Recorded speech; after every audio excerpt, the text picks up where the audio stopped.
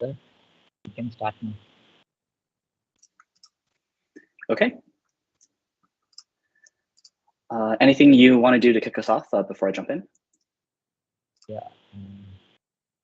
Okay, so good evening, everyone.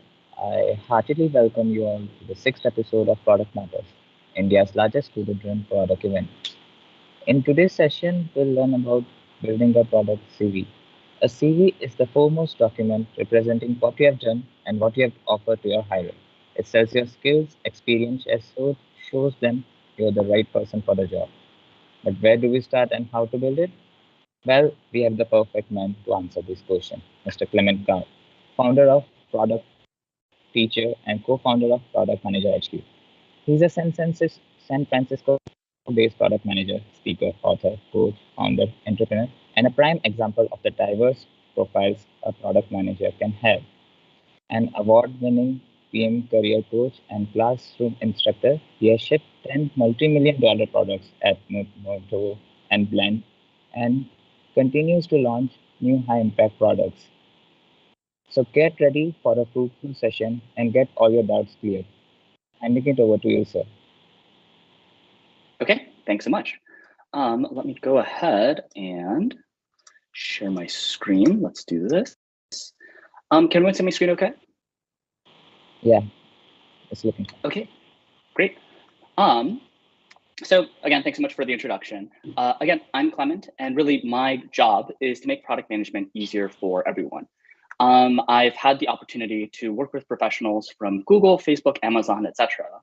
But while all of this looks really fancy, one of the things that you don't see on this slide is when I first got started in product management, I actually had a biology background.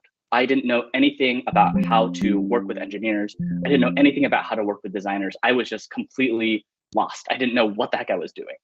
And I think that's testament to, if you have the right resources, if you have the right mentors, you can have these really large, outstanding successes in product management. Because I think one of the things that people don't realize about product is you don't need to have a specific background, right? You can come from an English major, an arts major, you can come from a history major, a legal major, right? All of these different backgrounds can be incredibly impactful for different kinds of product managers. And so really what I want to be doing today, and really what I'm really driven by across all of the work that I'm doing, is to enable people to succeed in product management, especially because it's such a fast growing field where you can have a lot of impact, right?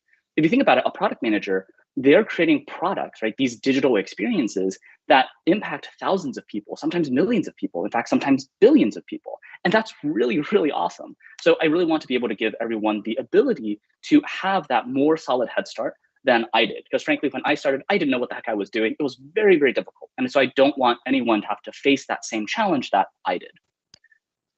To that end, I am creating all of these different classes and resources. One of the things I'll make sure that I do is to send over the slide deck to the eCell team, so that way you all can see all of these slides. So please don't feel like you need to take notes or anything. This entire session is recorded, and then you'll also have the entire slide deck to be able to refer to. So really, what we're going to be doing for this hour is, by the end of our discussion on product management CVs, product management resumes, what we're going to do is we're going to be able to identify what is it that a PM hiring manager is looking for, right? What is the pain that they're facing? And then based on those pains that they have, positioning ourselves as effective solutions, right? Demonstrating that we can help their business continue to grow and to continue to have success. We're also going to learn how to assess, well, how should I structure a resume, right? What kinds of resume structures make sense and which kinds just don't make any sense at all, as well as identifying what's the content that we should be surfacing within the resume. And so really by doing all of this, right, we're going to feel a lot more confident and comfortable and secure when applying, and we're going to be able to stand out from hundreds of PM applications. Just one of the things for folks to know, I think literally yesterday, Lyft, one of the ride-sharing companies within United States as well as global presence, they put up a PM application, and within 24 hours, more than 900 people had applied, right? And that was just for one role. And so something I want to really make sure that you all have the tools to do is to stand out against hundreds of other applications, right? And also, by taking what we're learning from today, we're going to be able to reduce the overall amount of time that we're going to be spending in getting to the interview round, right? So really what I want to do, right, we're going to be breaking down this entire journey of becoming a product manager into 2 steps, right? Here, we're just focusing on the application step, right? So just the resumes. Interviews are a completely different skill set. Unfortunately, that's going to be out of scope for today's talk. We're just going to be focusing on that first step of having a compelling resume. So before we continue, something that I want to ask people to put into the chat is, why do you think a hiring manager uses a resume to first identify whether candidates should move into the interview round or not, right? And the reason why I ask this question is, in theory, there are a lot of other ways that they could be assessing your skill set. They could ask you for a portfolio, right? They could ask you for an essay. They could ask you for a take-home assignment. They could even ask you to take a multiple choice test, right? Why resumes? Why is this something that we're all doing when we're applying for jobs? So I'm going to give folks just a second to share their thoughts. Don't be shy. This is meant to be slightly more interactive. Again, I know that it's late at night, so thank you so much for taking the time on a weekend to attend and to invest in your own upskilling. So yeah, again, what are your thoughts in terms of why hiring managers are using resumes specifically? Consistency, good. That's one of the reasons why. Excellent. What are some other reasons why hiring managers are going to want to use resumes to identify which candidates to move forward with?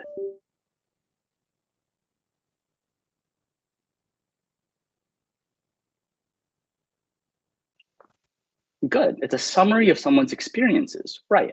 And the reason why we need summaries is because hiring managers don't have a lot of time, which we're going to get into in just a little bit. Being able to identify outliers, right? When you have this basically, standardized way of being able to assess candidates, then it's a lot easier to know, well, is this person a good kind of outlier, right? Someone who's a really high performer, or are they just not gonna make it? So I'm gonna go ahead and continue on, right? But I do want you to keep in the back of your head, there are lots of different ways in which hiring managers could be assessing candidates, but we need to know how to use resumes because that's what they're using. And to give you some empathy into why hiring managers are even doing this, let's talk about what life looks like for a hiring manager.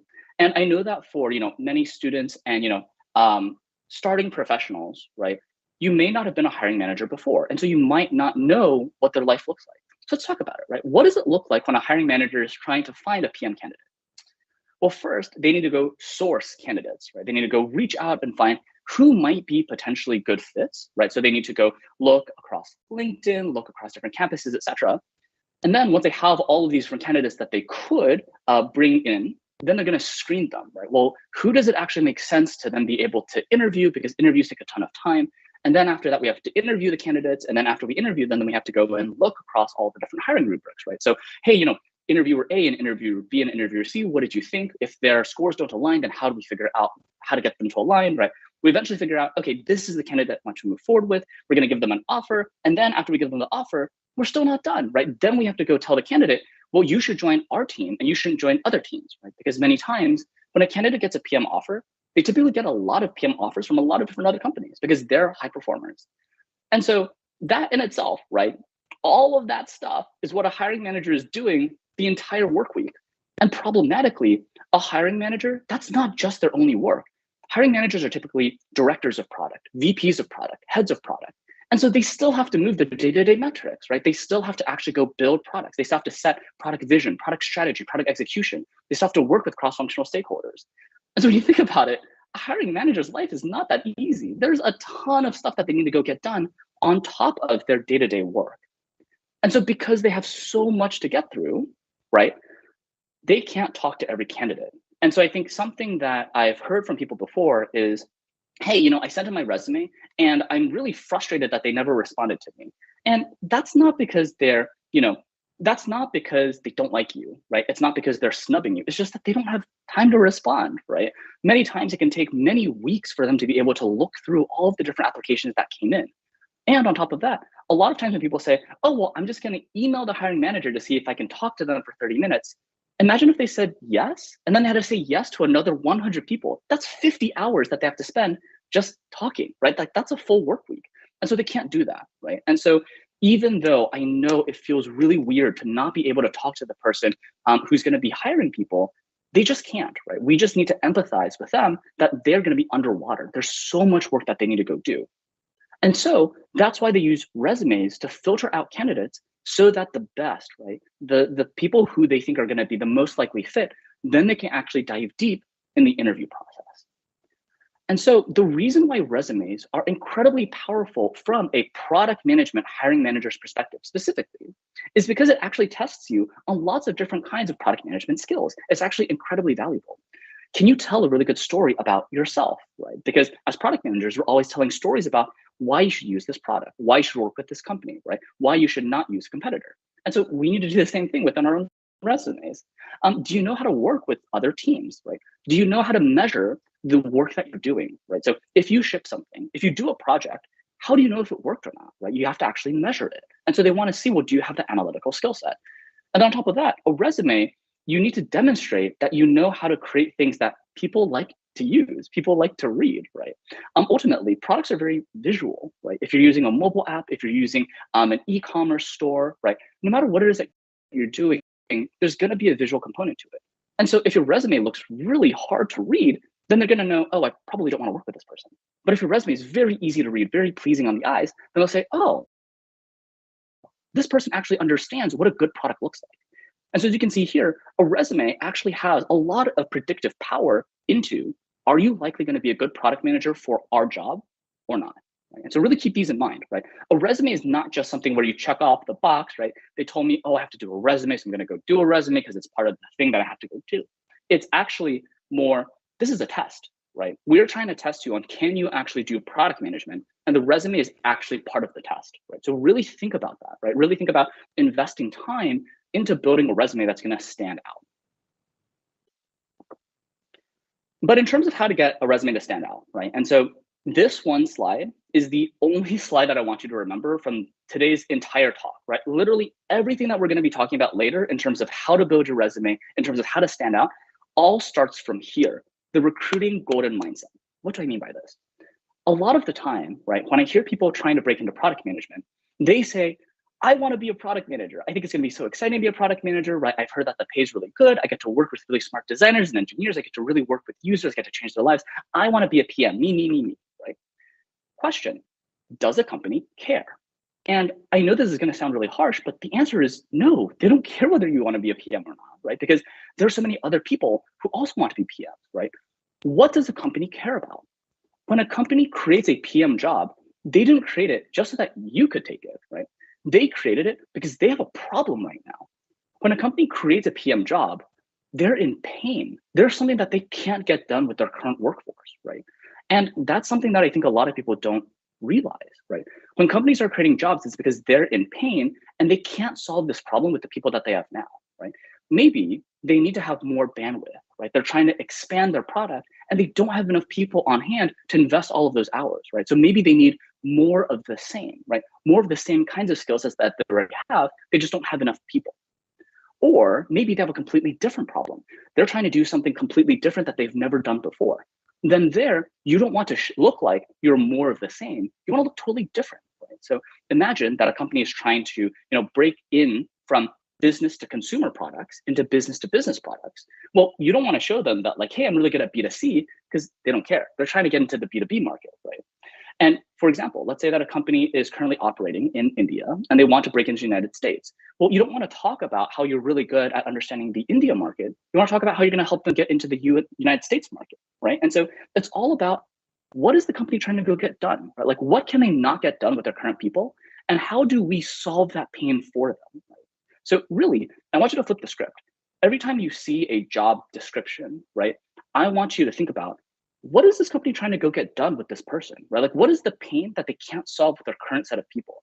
Because if we can demonstrate to the hiring manager that we can solve that pain, they will want to talk to us. It's that easy, right? If you look like a solution to the pain, they want to talk to you immediately. And if you don't look like a solution to the pain, it doesn't matter how good your GPA is. It doesn't matter how many awards you have. It doesn't matter how many leadership experiences you have. None of it matters, because you won't solve their pain, right? And companies are in pain, right? And so we really want to think about, what is the true pain that this company has, and then demonstrate to them that we understand that pain, number one.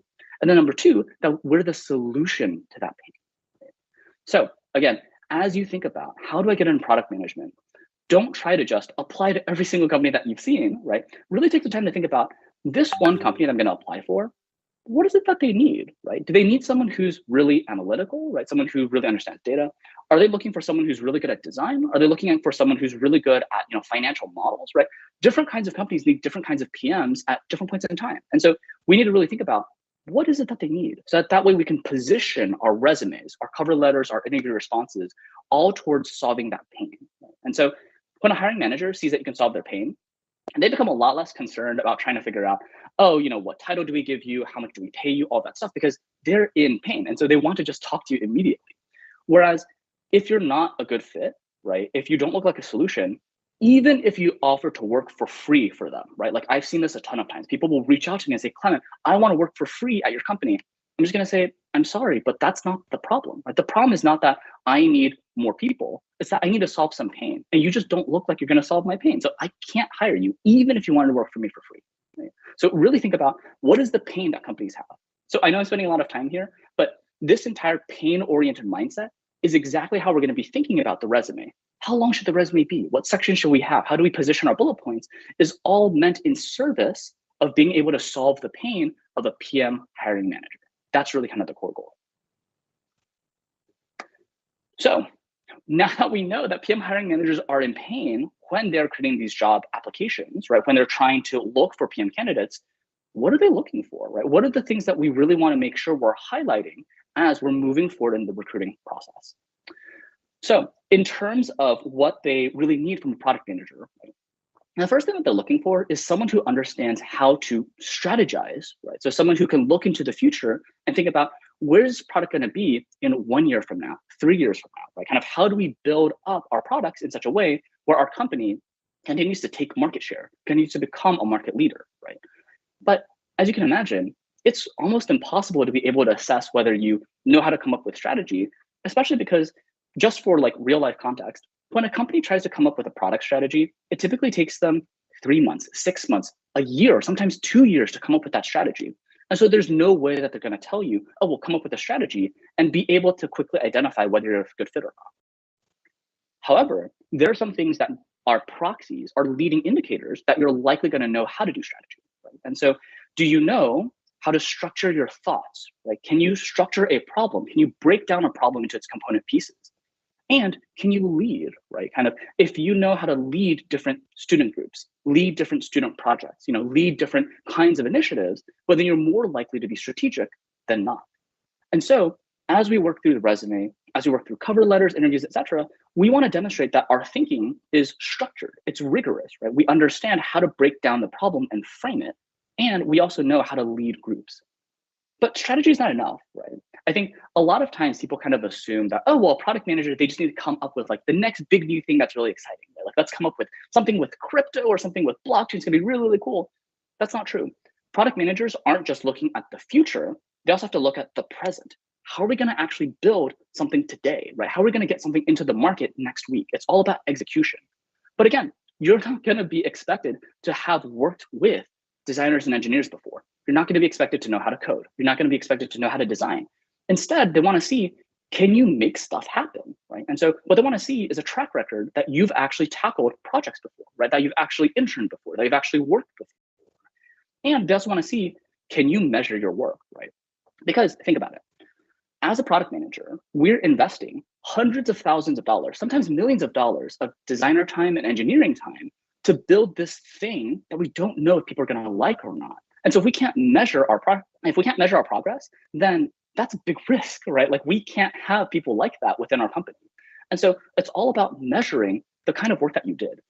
Even if it's really small, right? Even if you think, oh, but this number is so small and it's not going to matter, it does matter, right? And so let's say that you ran a small bake sale, right? Like you ran like a small local fundraiser and you were able to, sell baked goods to, let's say 50 people, right? You're like 50 people is not a lot of people. I'm applying to Facebook, they want millions. No, because at least you know how many customers you had. Like that's a lot better than if someone ran a big event and you ask them, well, how many people came? And they say, I don't know, right? And so it's not about the size of the people that you were able to serve. It's about, do you know how to measure that, right? Kind of what are the metrics that demonstrate that you know how to execute? But it's not just strategy and execution. Products have to delight users. And the reason why is because there's so many products out there, right? There are so many different ways in which you can get stuff done today. There are so many digital experiences. And so if your product doesn't feel good to use, people aren't going to use it, right? Like you need to replace their habits, their behaviors to start using your product instead. And again, they're not going to ask you to design something on the spot, but they want to see that your resume is clear. They want to see that it's a clean deliverable. Right? And so these are attributes that we want to make sure that we showcase. On top of that, product managers are going to be working with lots of different stakeholders, right? We're going to be working with sales, marketing, with legal teams, so like lawyers, with information security teams. We're going to be working with everyone. And so, of course, they're not going to surface these different stakeholders to you to talk in, the first round interview. But what they're going to be looking for is, can you tell a good story, right? Kind of, can you empathize with other people's pains? Because what they don't want is they don't want a PM who comes in and says, we're building this. And then they ignore everyone, right? And then everyone feels like, I don't really like that guy, right? Like he just tells us to do stuff and he doesn't bring us along the journey. We have no input. They don't understand our pain points. They don't want that, right? And so they really want you to demonstrate that you're always looking for, if I'm going to be doing something, what's the pain that they have, right? And so really having that empathy, not just for your customers, but also for your teammates, really important, really valuable.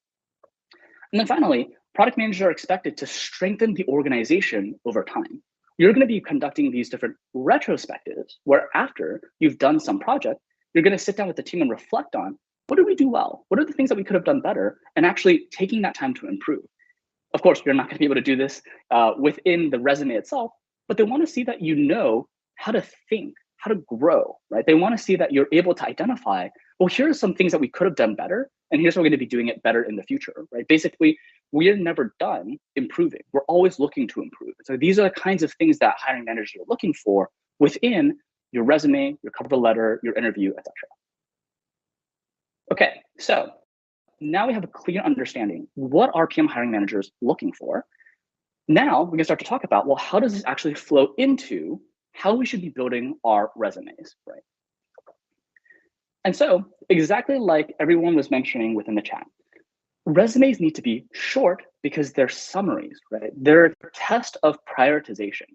Something that I hear a lot from people is, oh, well, Clement, if I wrote down all of my experiences, right? If I filled up 10 pages, 12 pages, they could see everything that I've ever done, right? Like they could look and identify, oh, well, you can do a lot of different stuff, right? Like you have all these different experiences and all these different abilities, but that's not the problem. The problem is that as a product manager, you need to prioritize. Like you just don't have that much time and that much attention with anyone, honestly. When you're building products for your users, the screen is only so big, right? Like imagine on a mobile app, if every single pixel was filled with buttons, you'd just be like, oh my gosh, I can't look at this thing, right? And so you have only so much space. What are the things that actually matter? And then as a product manager, you're going to be presenting in front of your CEO, your chief marketing officer, your chief revenue officer, chief sales officer. You need to talk to these high-powered executives, and they don't have a lot of time. And so you can't sit there and talk to them for 3 hours about this one small thing that you decided to do, because they don't have that kind of time. And so a resume is a really good way to test, do you know how to prioritize, right? What are the things that truly matter the most? They're tests of relevance, right? What is the most relevant information that we can surface, rather than tests of comprehensiveness? And so don't feel like, oh, well, I didn't talk about this one class that I took. That's okay. You don't need to service that class if it doesn't have to do with this particular company, right? And so really think about, what are the things that this hiring manager, if they see it, they're going to say, oh yeah, I think Clement could be a good fit, right? You don't want to add anything in there where they're going to say like, I'm not sure about that. I don't think he's going to be a good fit, right? And so as an example, let's say that, I am applying for some particular role, and for this particular role, right, it's all about being able to go get your hands dirty and to get a lot of work done, right? But then in the resume, some candidate says, oh yeah, I worked with these really, really big teams, and then these big teams did all of this stuff. They're going to ask, did you do any of that work yourself, right? And they're going to be really concerned. And on the flip side, if someone's looking for someone who can manage really, really big teams, and you go in there and you say, oh, well, I've done all of this one-off work myself, right? Do you know how to lead these big teams that we need, right? And so it's all about, only tell the hiring manager the things that they think are going to help you move forward in the process, right? Like, don't tell them stuff that's not going to be helpful for them.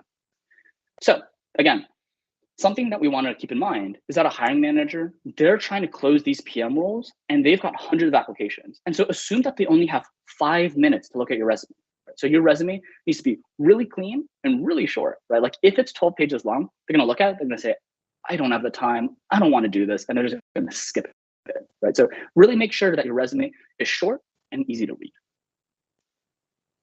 And so let's talk about how long it should be. Again, the goal is relevance, right? And so a resume is a summary, it's a highlight. So you don't want to list everything that you've ever done before, right? Something that I've done in the past, right? Like in the past, I mowed other people's lawns. In the past, I've taken weeds out of the ground. That doesn't help me as a product manager. I should never list those experiences, right? And so really, as a student, make sure that your resume is only 1 page long, right? There are some cases where it's okay for your resume to be longer than that. And that's if you've been a product manager before, right? And so if you've had, let's say multiple PM internships before, maybe it's okay to have that up to 2 pages. But as kind of, quote unquote, a standard student, expect that you should try to get everything done within 1 page.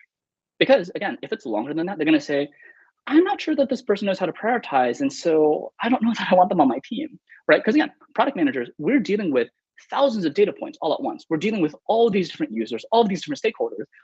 And so we need to prioritize, right? We need to synthesize things down into being really short and really easy to understand. And so that's why this is the test, right? Getting it into 1 page is testing you on, do you know how to identify what's the most important part about yourself from this company's perspective, demonstrating that empathy for the customer. Okay, Clement, I get it. I'm going to keep it 1 page, but what if I change the page margins, right? What if I make it so that the page margins are, only, 0.1 centimeters on the sides, right? Then I can fit more information in. Nice try. You shouldn't do that. And here's why. On the other side of the application is this software, this system called an applicant tracking system. And this ATS, applicant tracking system, it automatically crops resumes. It automatically cuts off the sides. And when it does that, imagine that you had all of this text, right? And it was all the way to the edges of the page, and then the ATS cuts it off. You've just lost the first 2 words out of all of your experiences. That looks pretty bad, right? Like people aren't going to know what it is that you're trying to say. And so please do not mess around with page margins, right? Like keep it to 1-inch margins, because there are ATSs that crop and actually like cut it. Right? Like what they do is they don't just let you upload something and then it's just automatically downloaded. They don't want to accidentally, download a virus, or like they don't want to accidentally bring down like the work system.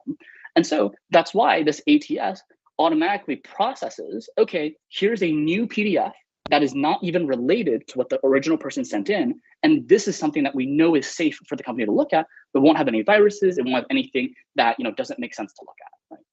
So really make sure that your page margins are 1 inch all around the sides. Don't mess around with it. The only time that you can mess around with it is at the top of your resume. If you want to add like, if you want to put like your name, your contact information above the 1-inch line, that's fine. And again, the reason why that's okay is because even if the ATS cuts it, throughout the application process, you would have already put in your name, your contact information. And so even if it gets cut off, people aren't going to say like, I don't know what you did, right? It's like, oh, of course this is Clement. It's fine. I get that it was the ATS cutting it. It's not their fault. So really don't mess with page margins. Okay, fine, Clement, I'm not going to mess with page margins. But what about font sizes, right? Or what if I, make the spacing really small? You don't want to do this. And the reason why you don't want to do this is spacing and font size is a test of design knowledge, right? Imagine that you saw, like just thinking from your own experiences as a student, imagine that you saw an essay that was just a huge block of text, right? Like there was no spaces in between any of the lines, and the spacing and kind of like the font size was like 7-point font. So it's really small and it's really jammed together and you can barely read it. If you see something like that, you're gonna say, honestly, I don't want to read this, right? Like I'm already spacing out. I have no idea what's on this page. So similarly, you need to demonstrate that you care about the end user experience. And so generally, try not to have your font be smaller than 10 points. Again, kind of different kinds of fonts have like different readability, whatever. Kind of the ultimate goal is just, if I handed this to my grandma, can my grandma read it without like really hurting her eyes? It's like really kind of the core point, right? And on top of that, you don't want to use like single space for your bullets. You want to add like a little bit more space actually. And the reason why is because it makes it easier for people to actually read through your resume. And so, again, I know that this is all very weird to think about because it's in the past, right? Like when I was a student myself, I thought, oh, if I could just fit in even more information, they're going to think that, I'm such a good candidate. That's not true, right? So I just want to give you a little piece of advice in terms of hiring manager math, right? Hiring manager math is not, I'm going to add up every experience that you have, right? Like that's not how they're thinking, right? Having additional things that you've done does not always help you. What they're actually doing is they're looking at the average, right? And so if you surface something that is less valuable, then your average goes down. You think, oh, well, I told them that I also did all this other stuff, but they're going to say that stuff doesn't matter. And so I think that you don't really know what product management is. And so then you're going to get marked down. Right? So really focus on, because the hiring manager is looking at averages, you want to surface only the most impactful stuff. Like you don't want to surface a bunch of other fluff, because the more fluff you add, even though the sum of your experiences goes up, the average goes down. And so you really do not want to add a bunch of stuff that doesn't matter. Okay, fine. So I'm going to be using, standard page margins. I'm going to be using standard font sizes. I'm going to be using standard spacing. But I'm supposed to be creative as a product manager, right? Like I'm supposed to create things that people are going to really like. Can I use some really creative fonts? The answer is no. Because the point of the resume is not to show off your creativity, right? Like let your creativity stand out in the PM interview process, or let it stand out in the cover letter where you're talking about yourself in a more like human perspective. But in the resume, this is something that's supposed to be really professional. And we need to remember, product managers are presenting to CEOs all day, right? And so if you use really weird font, like this font on the right-hand side, right? Like imagine the CEO trying to read that font. They're gonna be like, I don't know why you're here. I can't take you seriously, right?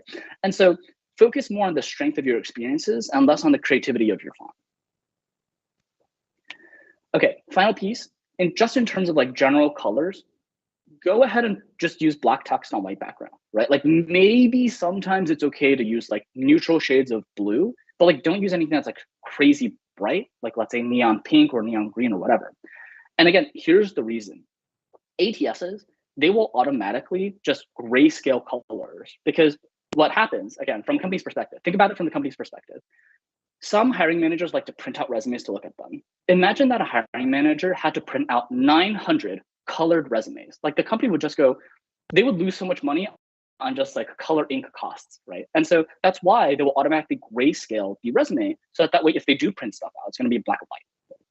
And then just on top of that, if you're using a bunch of colors and either those colors are things that people don't like it's not their favorite color, or it's just like very painful to the eyes, it's just going to make a bad first impression, right? And so just, again, I know that it sounds really boring, right? Hey, it has to be 1-inch margins around the sides with like these spacings and these fonts and these colors. But honestly, you want the focus to be on your experiences, on your ability to solve people's pain. But like the resume is just the way to deliver that information to them. And so it doesn't need to be super fancy.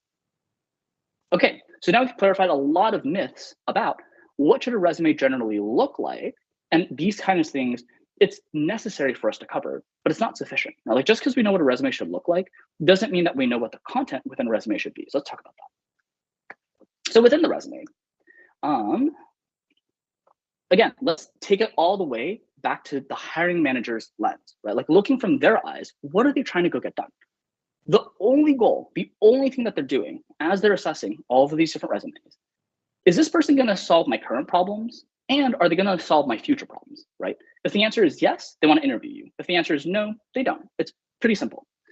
And so if we're thinking about what are the kinds of things that will demonstrate that we can solve their current problems and future problems, they're going to want to know, well, what kind of work have you done in the past, right? Because if you have a track record, right, if you know how to do things before, you're likely going to be able to do things again, right?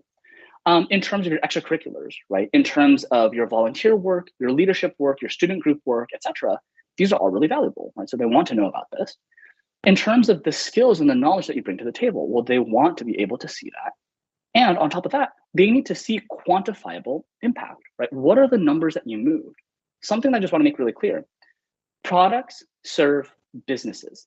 End of story, right? Like when we build products, it's not about, oh, let's build something that's like really innovative and cool. It's, does it move the business forward? Did we increase more revenue? Did we decrease costs? Did we save time, right? And so it's all about, can we quantify the impact that our product has on a business? And so that's why anytime you're talking about your accomplishments, anytime you're talking about your work, you want to quantify that impact, because the point, again, is not having really, really big numbers, right? Like you shouldn't feel shy about very small changes, like a 1% increase, right? Or like serving, 10 people. That's all okay.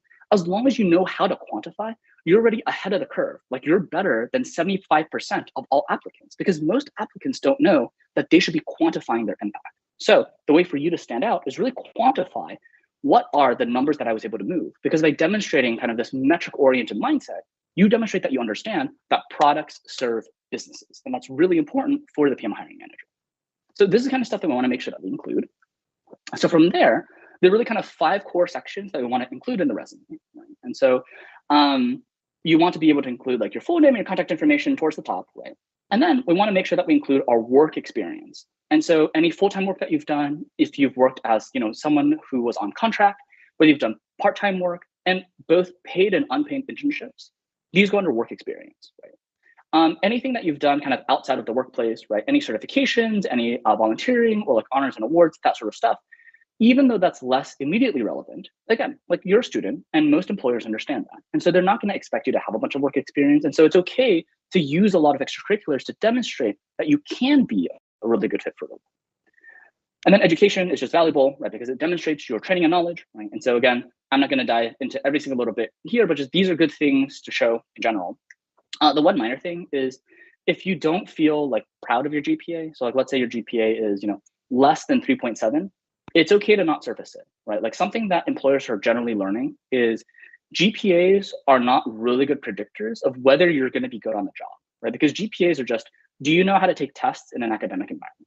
But product management is a very unstructured and fluid environment. Like there's all this information coming at you and there are no right answers in product. And so GPAs, they're helpful for understanding that, oh, you know how to deal with complex information, you know how to structure yourself, you know that you have discipline, but it's not that predictive in terms of whether you're going to be a good PM or not. So like, don't worry if your GPA is not on there. It's just not going to make or break your resume. So there's that. And then just share a little bit about yourself, just to show that you're an actual human being and you're not just a work robot, right? So these are kind of like the key sections I want to include. And then again, because we're looking from the hiring manager's eyes, what's the stuff that matters the most, right? And so something that you want to just keep in mind as a general design principle, the stuff that people see first, that's the first impression. That's the thing that's the most important, right? And so as a student, your education comes first because that is the most likely predictor of, are you going to do well in the job or not, right? Like, do you know how to take all of these courses, right? Like, do you know how to handle a workload? And then after that, then it's your work experience, because you won't have that many work experiences. After that's going to be your extracurriculars, right? So that's generally how you want to sequence your resume. Something I want to make really clear, and I've literally seen this before. If you're already a working professional, please do not put your education first. Like I have seen directors of product, VPs of product, very senior people put their education first. And it's kind of weird because it's like not really the most relevant thing. So again, really think about what's the most relevant and then use that to structure yourself. Okay, so now we know what the sections are, but what goes into these sections, right? Like, what should we be talking about within the resume, within that CV? So within any of these sections, it's all about bullet points, right? So a bullet is just the fundamental unit of your resume. If you have good bullets, you generally have a good resume. And if you're bad bullets, then your resume is just not going to make it, right? And something I want to make really clear is when you're using bullet points, don't describe responsibilities, please. Don't describe team structures. Don't describe processes, right? Like something I see a lot is, okay, I was the speaker liaison for this particular group where I was responsible for ensuring that speakers had a pleasant experience for the logistics of their upcoming talk. That's great, but did it tell the hiring manager that you know how to solve the problem? And the answer is no, because that's just the responsibility of the role. It doesn't say what you did. It doesn't say what your impact was, right? But if you were the speaker liaison and you reached out to 15 speakers and you were able to convince 4 of them to speak for you, that's good, right? It demonstrates that you're proactive, right? Like you are going out there and talking to people and you're able to convince them to talk for you and you're measuring that accomplishment, right? And so don't talk about, oh, because I'm the speaker liaison, my job is to make sure that people have great experiences. That's fine and all, but ultimately the hiring manager is trying to figure out, can you solve my problem? Can you move these metrics? And so they want to see what you did and not what you were responsible for. I know that sounds kind of weird, but it's true. It's all about what you were able to do. Like that matters a lot more in your resume. So anytime we're coming up with a bullet point within our work experience, within our extracurriculars, whatever it is, we always want to start with a verb, right? A verb demonstrates that we are action oriented, right? As product managers, we must act, we must decide, we must make things happen, right? And so we don't want to use adjectives, we don't want to use nouns, right? You want to make sure that your verbs are proactive, right? And so you want to say things like, I led this initiative, I spearheaded this project, I designed this thing, I launched this project, I crafted something, right? These are all really powerful verbs because they demonstrate that you know how to make something happen, right? Like you understand other people's pain and you're finding ways to solve that pain. What you don't want to do is you don't want to use things where you're not the person in charge, right? I helped do this thing. I contributed to that thing. I assisted with this thing, right? What was your impact, right? Like they don't know whether you're the one who did it or not. And so real story, right? I've seen product managers get rejected because they said, I helped grow the business from 1 million to 10 million in annual revenue within 1 year, right? And it's like, you helped, how did you help, right? Like, did you just like talk to people, right? Like, did you do analyses? Like, did you ship anything? Like, we don't know what helped means. But you take the same product manager, right? You actually carve out their specific contribution, drove revenue for my specific product, right? From $700,000 USD to $1.2 million USD by launching this, right? That's super clear, right? Like we know what you did. We know that you were able to grow your individual product. And so even though the number looks smaller, right? Like it's not 10 million, because you owned the entire thing, hiring managers want to hire you and not the other person who said, oh, I helped, right? With getting to 10 million, because they don't know what you helped with, right? So really demonstrate your ownership, right? Like really demonstrate, this is the thing that I did, right? Even if, right, like let's say that you are the treasurer for something, right? Or that you're taking notes for something, or you're coordinator or something, right? You still want to make sure that you're the one who's driving things, right? So talk about what it is that happened because you were there, right? If you weren't there, what stuff would not have happened? End of story, right? So like, don't use helped, don't use contributed.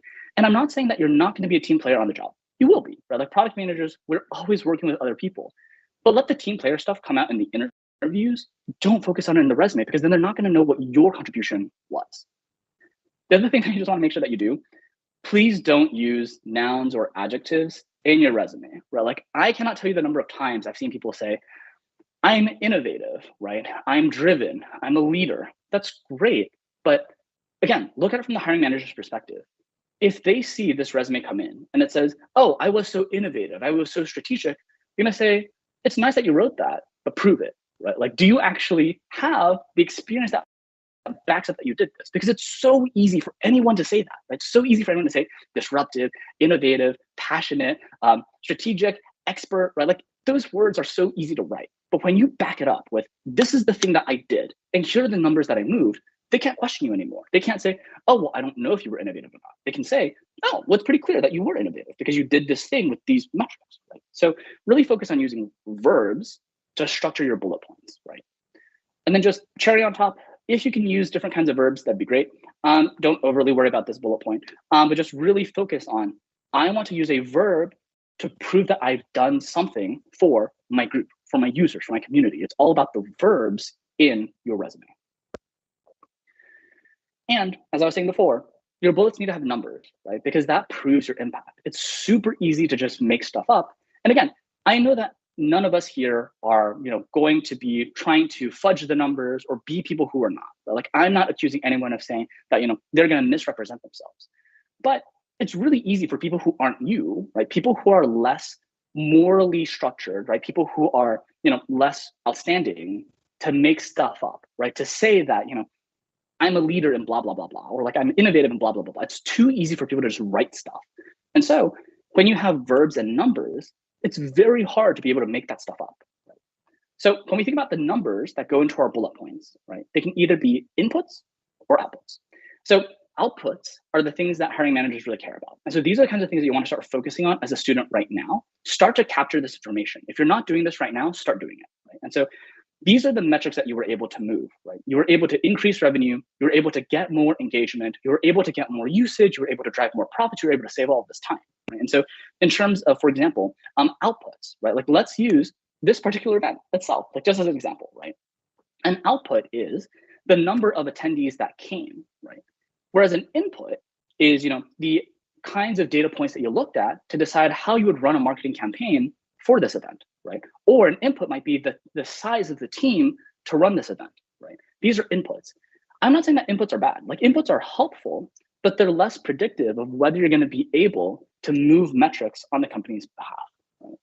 But again, I know that a lot of times, like if you're working in an internship or whether you're working on a school project, a lot of times there are no outputs, right? Because, there's just not a lot of things that happen later. Right? Like, you're not going to be able to see that impact because you've moved on from it. That's okay. You can still at least talk about the inputs that you used to go do the thing that you did, because that at least demonstrates that you know how to measure things, right? And so if you're creating a dashboard and you have no idea how much time you save for people, talk about how many data points you analyzed for the dashboard, right? If you ran some social media campaign, right? If you don't know how much more engagement you're able to increase, at least talk about the audience size that you're working with, right? And so even if you can't get to outputs, you can definitely get to inputs, right? So at least put some number into each bullet point. If you don't have a number for the bullet, you basically just don't want to use the bullet at all, because then it's not that powerful. Right? Again, it's all about the average, right? It's not about the sum of your experiences, it's about the average of experiences. So you want to use the ones that are the most impactful, that demonstrate to the hiring manager that you know how to move numbers for the business. So starting today, right? Anything that you're doing as a student, try to start measuring your outputs and your inputs and just like keep track of that, because it's going to be a lot harder to come back to it later and say, oh no, I need to do a resume now. I don't know what that number was, right? Like, that becomes a really big scramble later. And so it's much easier just to capture what you're doing right now.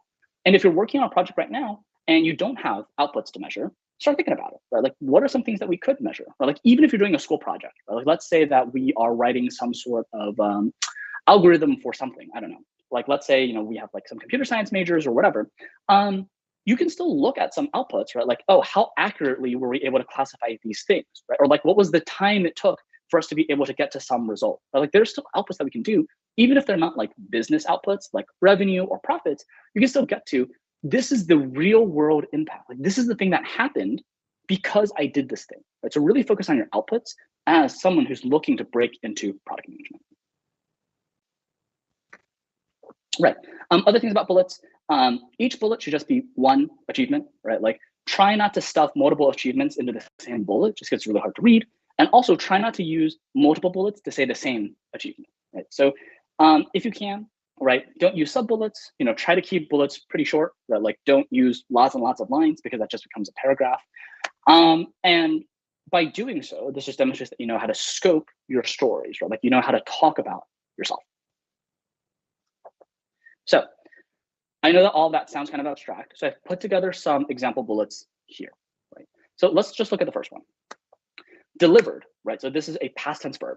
Delivered these new user experiences for lenders which then captured this much millions of dollars in annual recurring revenue in consumer banking products, right? Like just looking at this first bullet point, like I'm not looking at anything else, just looking at this first one. One of the most powerful things about using the structure that I mentioned, right? Starting with a past tense verb and making sure you have a number is bullets are worth so much more than just what you see on the page. And what I mean by that is when you see these bullets, right? You automatically start thinking, oh, well, this person's probably pretty good at user experiences. They're probably pretty good at design, because for them to have been able to capture all this revenue, it means that they must have designed it pretty well, right? And this person probably is pretty good at understanding like business impact because they were able to figure out how to increase revenue. They're probably pretty good at consumer finance because they delivered this value in consumer banking products, right? Like you can hear that there are all these different things that I never said in this bullet, but these hiring managers are already understanding about you. And so people like to say that pictures are worth 1,000 words. Well, here's the thing, right? Bullets are worth 100 pictures. And so if you have the right bullet, you can talk about yourself in a much deeper way than if you try to like say all of this, right? If you try to say, was good at designing experiences, work together in project managing to make sure that we had a good launch, talk to customers to understand what their pain points were, worked alongside marketing and finance to figure out the pricing structure, right? Like I could have broken down this bullet into lots and lots of different other things, but I picked the most important one.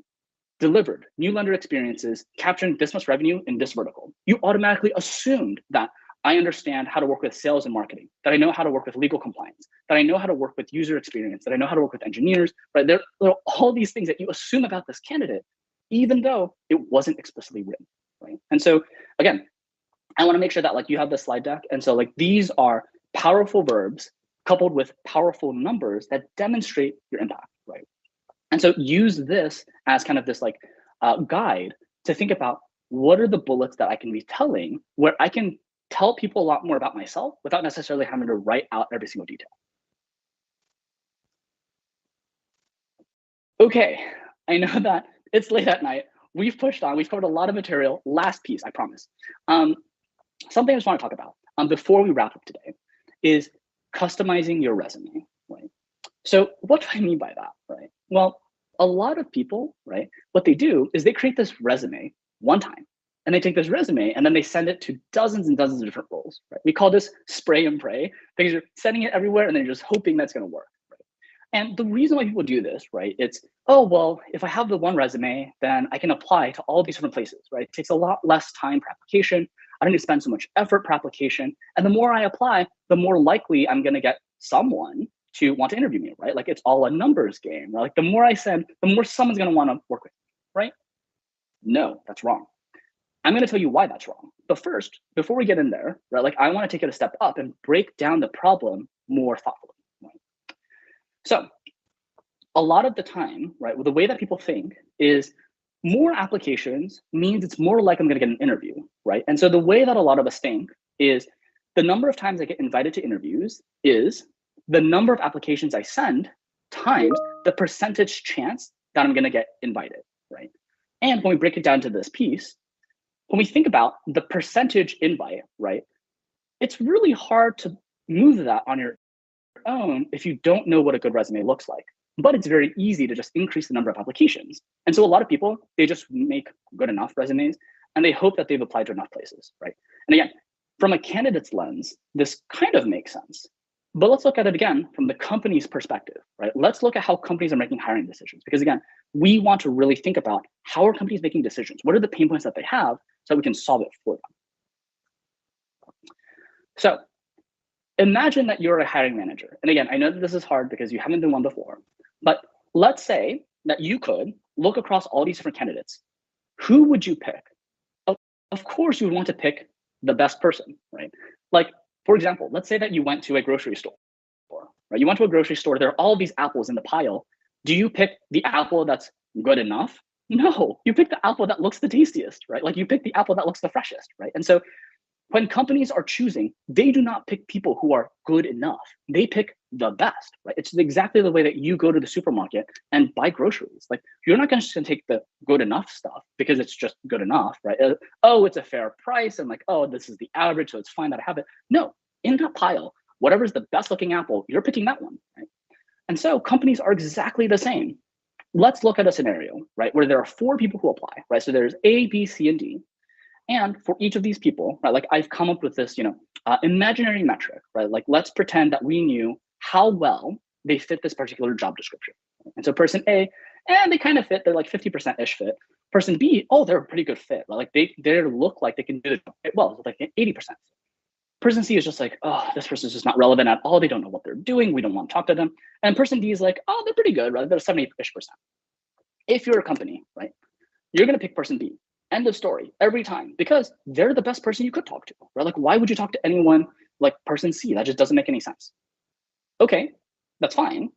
But, right, does this mean that companies always choose the person who has at least 80% fit? And the answer is no, because let's take these same people, right? Like we now have a different scenario, right? So we kept person B from scenario 1. We kept person D in scenario 1 as well. But now we're going to add person E and F. And in here, person F has 90% fit. Like there's so much better fit.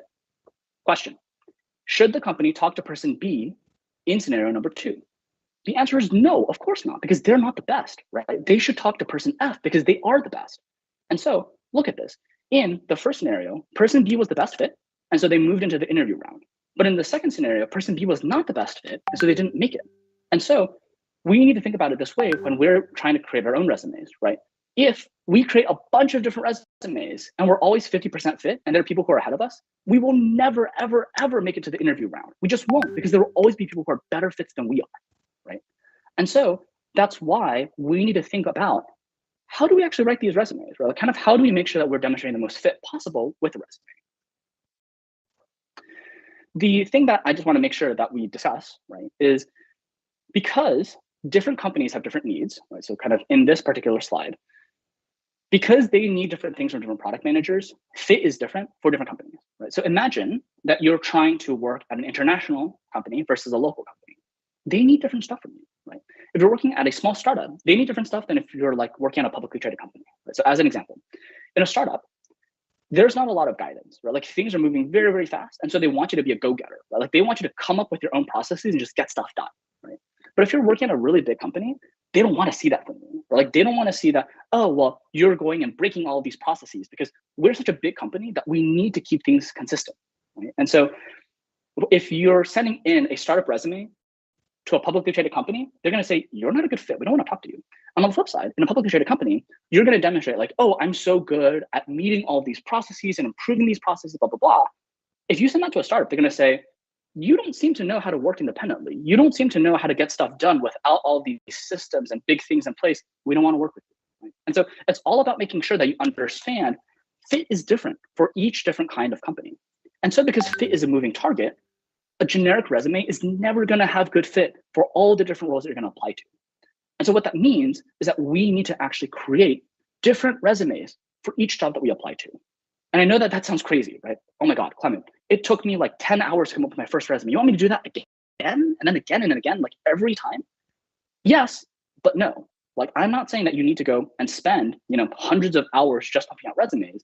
There's actually a way to customize your resume each time in a way where it gets easier and easier each time you do it, to the point where at some point in time, right? And like some of the people that I work with, right, like the clients that I coach, they're able to customize their resume within 20 minutes or less for different companies and have it be highly targeted for the role, right? To demonstrate that 80%, 90% fit rather than the past 50% fit that they were at, right? And so it's doable, it's possible, right? And again, the reason why we need to customize a resume is because we're competing with other people, right? If you have really high fit, you're usually gonna get invited. If you have average fit, because there are other people who are customizing their resumes and you're not, they're gonna make it to the interview and you just won't, right? And so this is gonna sound pretty crazy, right? But even if you apply 10 times more than someone who sends out customized resumes, you will still get fewer total interviews, right? So I'm gonna give you two options, right? One option is, let's say that you wrote over the next month, right? Within the next month, you wrote 5 really, really good resumes. And with these resumes, you were invited to interviews 80% of the time. So that means that you got 4 interviews, right? Or option 2, in the next month, you take your same resume, right? Like a generic resume that you don't customize, and you send it in 100 times over the course of that month. And you have 1% chance of making it to an interview. So you only get 1 interview. Which path do you want to take? Personally, right, and like this is just personal preference, but personally, I would have taken option one, right, because I was able to get 4 interviews. But in option two, I was only able to get 1 interview. And so I want to be able to get into interviews. So I want to send in these really high fit resumes that will move me into the process rather than just doing what's easy and then hoping that easy is good enough. So there's that, just in terms of why I really do believe, and my coaching practice proves this, that customized resumes will really help you to stand out against the competition. And again, it's not necessarily that difficult. Like kind of the first time that you target a resume, yes, it's pretty hard. I'm not going to lie about that, right? It takes, 3 to 4 hours to analyze a job application the very first time that you're doing it and figure out, okay, I should add this piece, I should remove that piece, etc. But after you do that one time, you start to get better at it. And so then the 10th time that you're doing it, it takes you maybe 1 hour. The 20th time you do it, it takes you maybe half an hour, right? Like there's actually a curve where the more times you target your resume, the faster it becomes. And so you're building on these experiences. You're investing in yourself in such a way where in the future, every time you apply for any job, you get better and better at it, right? So really the power of a targeted resume is that, yes, it does require more effort per resume, but in total, you're going to use less effort and less time to get more interviews, right? And so that seems like a pretty good value proposition to me. So unfortunately, we're over time for our talk today. Like we only have 1 hour. I know that, the time just flew by. We were having a lot of fun. We're learning a bunch of stuff. I do have this course that I teach on like how to actually go target your different resumes. And so that's a resource that you can use on how to actually go target a resume to a specific job posting. So what we do is we show you example resumes, we show you templates, we actually show you a job description, and we show you how one resume fits each bullet or how it doesn't fit each bullet. And so that can be really helpful just to help orient you towards that. And again, like that's optional. If that would be helpful, feel free to take advantage of that.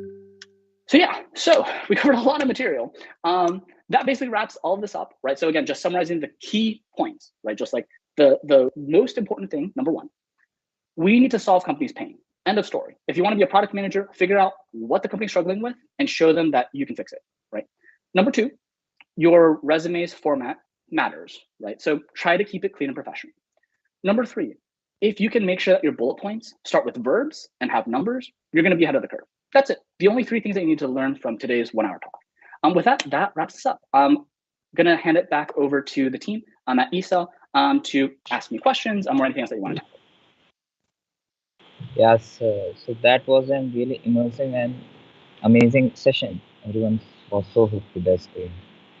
So we're gonna take some questions from the chat.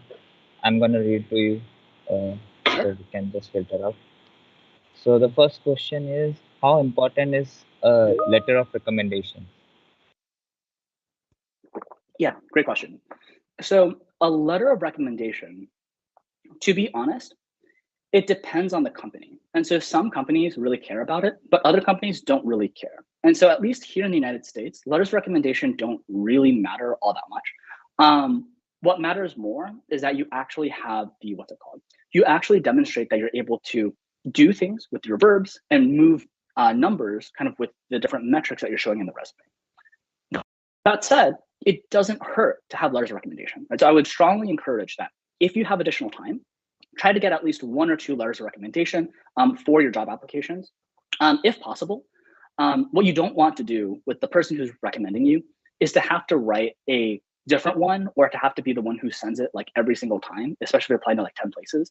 And so if they're okay with it, right, kind of letting them give you that letter of recommendations that you can send it in on their behalf, that can be something that you can do. The other thing that's honestly more valuable than a letter of recommendation, on your LinkedIn profile, there's a section for recommendations, right? And like that's publicly facing. And so if you can get someone to recommend you publicly, that really stands out to the recruiter, right? Because someone is putting their own work on the line to recommend you, right? And so if you have 1 recommendation or 2 recommendations on LinkedIn, that can really help to stand out. Right? And again, looking from the hiring manager's eyes, right? Like I'm seeing 2 LinkedIn profiles of 2 different students. Each one is equally accomplished, except that the second person has recommendation, the first person doesn't. Who do I choose? The person with recommendations, right? And so I'm not saying that if you don't have any recommendations, you're doomed. Not at all, right? Like in many places, recommendations just barely, like they will not stop you from getting into the interview round, but they can certainly help you get to the top of the pile. And so if you have already good relationships with someone, like working relationships, if you already have someone who can advocate for your work, then go get that recommendation. What you don't want a recommendation that is very weak, right? And what I mean by that is I've definitely seen that in profiles or even like letters of recommendation, students recommending other students, right? I'm not saying that, students are weak. That's not the point. The point is that if a student gives a recommendation, how do you know if that person's going to excel at the workforce, right? And so what you want is you want professors or you want people who are actually in the workforce giving that recommendation, because that's going to hold a lot more weight than a fellow student, right? And so the key thing that, one of the key themes that you've heard from today's talk is quality over quantity. Like I didn't say it yet, but that's the underlying theme. And so I do not want to see that you have 10 recommendations from fellow students. That is not good enough, right? Like quality is you have a really stunning recommendation from one professor, you have a really stunning recommendation from someone who's in the workforce. That matters a lot more if you got 15 recommendations from fellow students, or if you got 20 recommendations from family members. Or like that's just not helpful in helping the hiring manager understand, are you going to be a good candidate for solving this pain in my workforce? So again, we want to make sure that we're thinking about quality over quantity every single time. So that's for the letter of recommendation. Okay, so the next question is, what's the importance of cover letters? Yeah, great question. So a cover letter is, for people who don't know, a cover letter is basically where you write kind of a couple of paragraphs about yourself to tell the interviewer or to tell the hiring manager about who you are as a person, right? Like not the way to think about it, right, is the resume is all about like facts, right? Like this is the stuff that I did, here are the numbers that I moved. But in the cover letter, that's where you're actually telling narratives, right? Like this is the pain that I solved. This is my mission in the world. This is what I care about. These are the things that I really love about your company. These are the things that I'm interested in doing. Right? Cover letters are quite valuable because they help the hiring manager understand if you're going to be a good fit or not. Right? A cover letter is a test of storytelling. Do you know how to tell really good stories about yourself? Something that was not covered in today, just because it was out of scope, is cover letters. I actually have a, what is it called? I actually have a one-page PDF. And so what I'll do is I'll send it over to the ESAL organizers, just so that way you all can get your own copy of just like how to write a good cover letter. And so cover letters, the way I think about them, are similar to recommendations. If you can come up with a good cover letter that demonstrates that you are a good fit for this company, right? Like you have the same mission and you're really focused on solving pain for other people. Like you talk about, for this particular initiative, there were all these things that were super hard, but I was able to overcome them because I was really focused on making other people's lives better. Like if you can tell a really compelling story, do it. But if your cover letter is weak, if it's generic, if it's just like, dear sir or madam, I would love to work at your company because I do think it is very interesting. I would love to get to interview with you at your earliest possibility. Cheers, Clement. If it's something super generic, please do not write the cover letter. Right? And so make sure that your cover letter stands out, or else just don't do it. So it's all about quality over quantity. So if your cover letter tells a very good story about you identifying, here are other people's pain points, and here's how I was able to work through those pains and create something valuable. If it's a really good story about how you were able to overcome all these obstacles and challenges and can bring that to the table for the company, do so. But if it's just going to be a generic boilerplate, oh, like I took this template off of the internet and so I'm just going to like put it in here to check the box, don't do it because it's just going to hurt you, right? It's all about the average, not the sum. And so quality over quantity. If you're going to have a good cover letter, absolutely include it. You will stand out against other candidates. If you're not going to spend any time thinking about the cover letter, don't do it because it's going to hurt you. For the most driven of us in the audience, definitely do take a look at that cover letter one-pager. It will give you recommendations into how to structure a cover letter that talks about your ability to drive valuable impact. For those of us who are less driven or who don't have a lot of time on their hands and you just have to apply right now, focus more on getting a good resume and don't overly focus on the cover letter. Right? So the way I would prioritize it is, number one, your resume has to be solid. End of story. Like that is the top priority. And then if you can get a good cover letter, like that's priority number two. And then priority number three is recommendations, right? But you don't want to skip steps, right? If you have a really good cover letter and a really good recommendation, but your resume is just super boring, it doesn't have any metrics, it doesn't have any verbs, sorry, your cover letter won't save you, your recommendation won't save you, right? If you have a good resume, that itself is sufficient. And then everything else just helps to move you even further down the funnel, right? So really prioritize the resume. Cover letters are valuable, but not necessary, right? And so if you're not gonna have the time, or if you don't have the expertise to come up with a good one, then don't force yourself into doing it, because that will just hurt you in the long run. Hopefully that makes sense. Yeah. So the next question is, what can I add to prove my mettle as a first year student with no internship experience? Yeah, great question. So something just to keep in mind is a product manager is all about solving pain in the real world, right? And it doesn't mean that, there has to be some structure or organization that tells you to go do this stuff, right? Product managers are self-serve, self-driven. And so we do stuff and we make stuff happen. And so you don't need to have an internship to already be doing things. And even if you're doing these different passion things that you're just like, you're not sure that they matter, they actually do matter, because it demonstrates your leadership. So like, as an example, right? In the resume course, one of the things that I show is that a student applicant, right? This is all made up, but like a student applicant, what they did is they organized all of these student bakers on campus, right? So the pandemic had just started, everyone started getting into baking, and there are all these baked goods that were going nowhere, right? And it's like, oh, well, that's really wasteful. And then in the same city, there were a lot of homeless people who didn't have a lot of food. And so what the student did is they didn't build a product, right? Like they didn't work with designers, engineers, but they created a WhatsApp group. And in this WhatsApp group, they connected bakers to homeless shelters to be able to donate these baked goods, right? And they were able to measure the metrics, right? We were able to save how many pounds of wasted baked goods to be able to serve how many homeless shelters, feeding so many people in so many weeks, right? That seems really compelling. Like, even if you're a first year student, there's nothing stopping you from doing that, right? Whether you're managing a social media account, right? Like whether you're recording yourself singing and posting it on YouTube, even if you're playing video games, right? Like let's say that you manage a team of competitive players who are playing video games, and you are demonstrating that, like, due to the way that you're analyzing the games, you're able to increase win rates by X% or whatever, right? No matter what it is that you do, right? Anything that you do for fun, you can measure, right? Like, I think people don't realize that enough. Whether you are part of any religious group, any community group, doing things with friends, doing things with family, all of these are measurable, right? And so the key thing to think about is, most of the time, people are not blocked from product management because they don't have enough experience. The core problem is that they don't know how to frame their experiences, right? And so the way that we want to frame our experiences as product managers in general is always this way.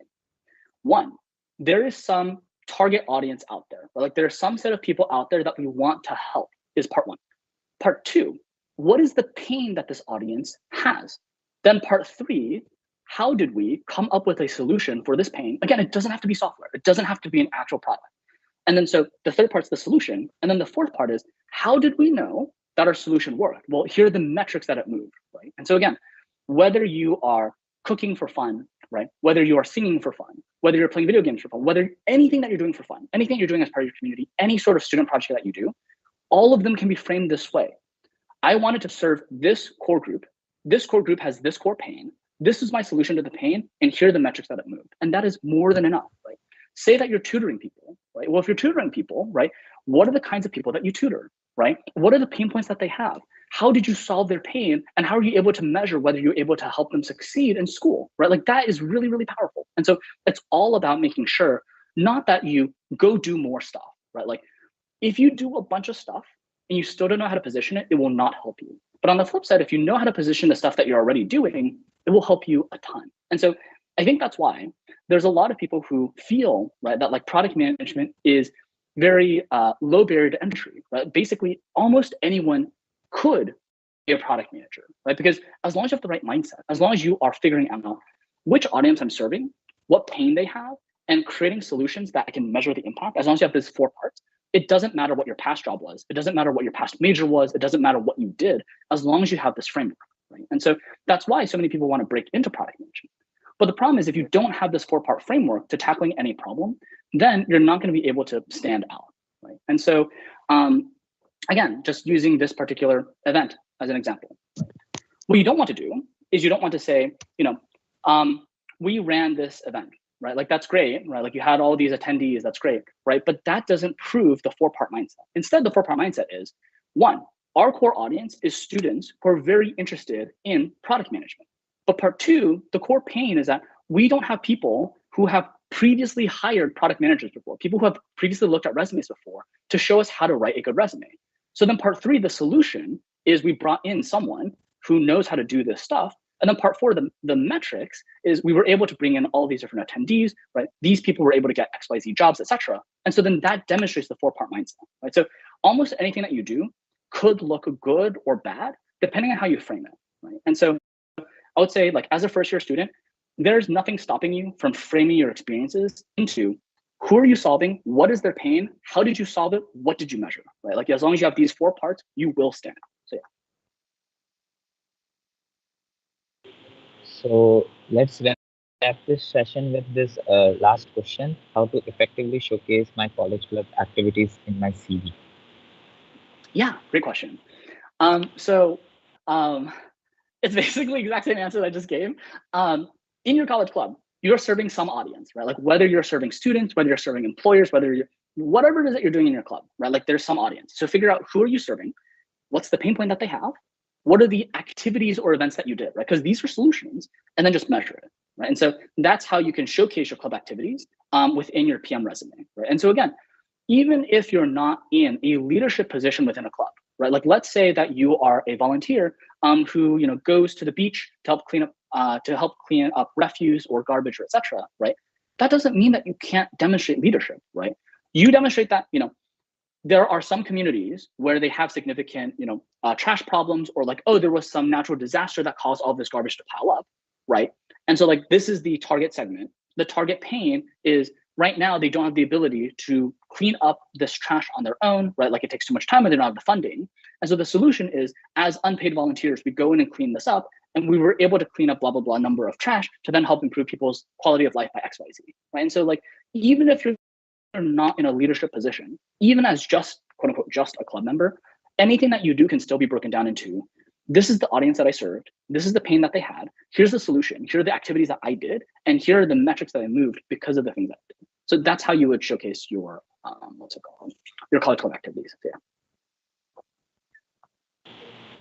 So thank you, sir, for this amazing session. I extend my gratitude towards you on behalf of ESL IIT Guwahati and all the audience members present in the session for sharing such great words of wisdom. I wish you Yeah. all the best for your future and a great, incredible journey ahead. Yeah, and then just before all of you go, just one last thing. Mhm. So for preparing your own journey into product management, if it's helpful, again, like, this is not an obligation, right? Like, don't feel obligated at all. If it's helpful, I am providing a 50% off discount for all of today's attendees to be able to actually go and use the course that I mentioned. Again, just because you've already learned a lot from it. And so there's that. You can use it if you want. You don't have to use it. Again, it's supposed to be something that, like, isn't a huge financial burden. But yeah, so that's just there. If that's helpful. Again, otherwise, I'm Clement at productteacher.com. You can always find me on LinkedIn or through our website. And so we're always looking to help students really excel in product management. And so just wrapping it up, right? I know that you all spent a ton of time late at night on a Sunday to invest in yourselves. And because you did this, you are ahead of others, right? And so be proud of yourself, right? Like, you are doing the right thing in terms of thinking about, how do I invest in myself in such a way where I'm going to solve other companies' pains so that I'm the best candidate for this role. So I'm really encouraging all of you to go out there and do it. I think just by showing up, you're already ahead of all of your competitors. So keep up the good work. And yeah, thanks so much for having me. Really, really appreciate it. Yeah, thank you, sir.